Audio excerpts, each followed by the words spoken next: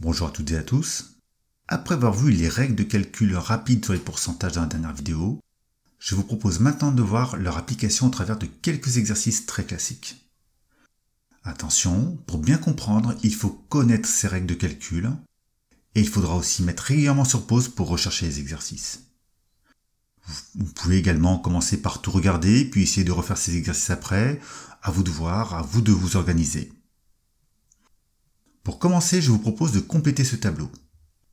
Alors, afin de se fixer les idées, j'ai considéré qu'on travaille sur des prix, mais cela pourrait être n'importe quoi d'autre, des kilos, des nombres d'habitants, etc., etc. Donc, mettez sur pause, essayez de remplir ce tableau, puis regardez la correction. Allez, c'est parti pour la correction.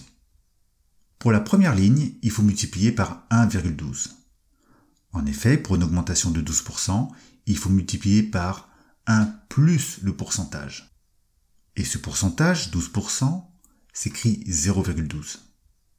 Conclusion, il faut faire 430 fois 1,12, ce qui fait 481,60 €.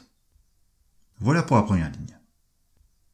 Pour la deuxième ligne, il faut multiplier par 0,80, car il faut multiplier par 1 moins le pourcentage. 1 moins 0,20. Donc on fait 28 fois 0,80, ce qui fait 22,40 €. Pour la suite, il faut trouver le prix de départ.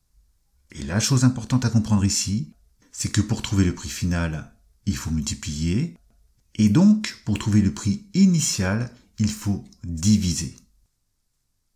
Pour une augmentation de 5%, il faut multiplier par 1 plus le pourcentage, donc par 1,05.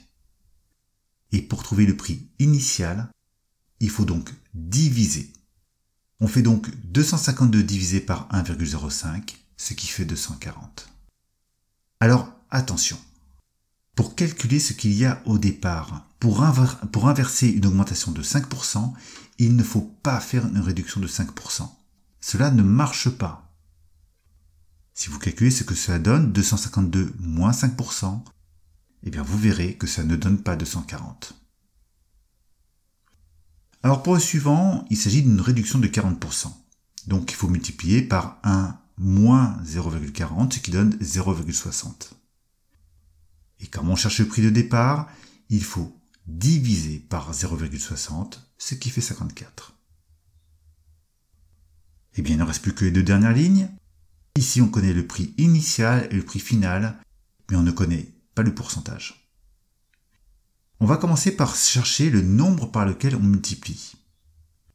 Si on appelle x ce nombre par lequel on multiplie 42 pour trouver 48,30 €, on obtient cette petite équation. On la résout en divisant des deux côtés par 42, ce qui fait au final 1,15. Et 1,15, c'est égal à 1 plus 0,15. Donc dans le tableau, je peux écrire qu'on a multiplié par 1,15 et qu'il s'agit d'une augmentation de 15%.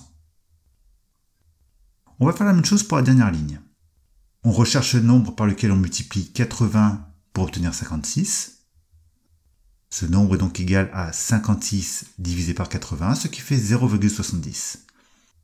Ce 0,70, c'est plus petit que 1, donc il représente une diminution. 0,70 est égal à 1 moins 0,30, donc c'est une réduction de 30%.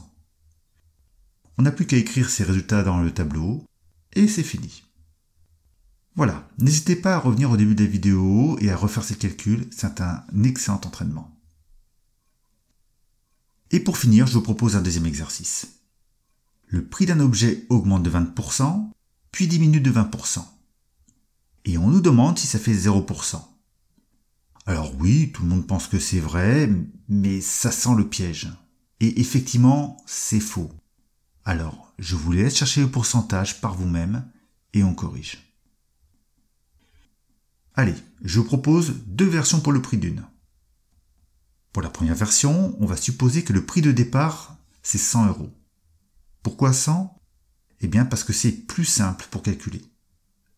Regardez, on commence par l'augmentation de 20%. Il faut donc multiplier par 1,20 et on obtient 120.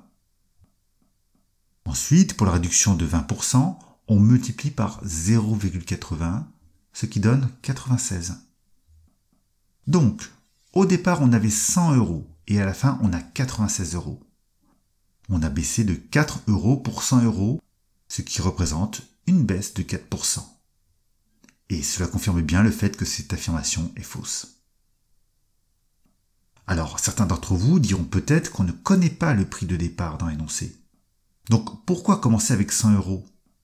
Pourquoi ne pas dire que le prix de départ pourrait être n'importe quel nombre? Donc, si on appelle X le prix de départ, pour calculer le prix final, il faut commencer par multiplier X par 1,1. Ça correspond à la hausse de 20%. Puis on multiplie par 0,80 pour la réduction de 20%. Si vous faites le calcul, vous verrez que 0,80 multiplié par 1,20, ça fait 0,96. Et 0,96, ça correspond à 1 moins 0,04, soit donc la baisse de 4% qu'on avait trouvée dans la version 1. Voilà, à vous de voir la version que vous préférez. La deuxième est un peu plus rapide, mais je pense que la première est peut-être un peu plus simple. Encore une fois, refaites ces exercices. Il n'y a que comme ça que vous verrez celle qui vous correspond le mieux.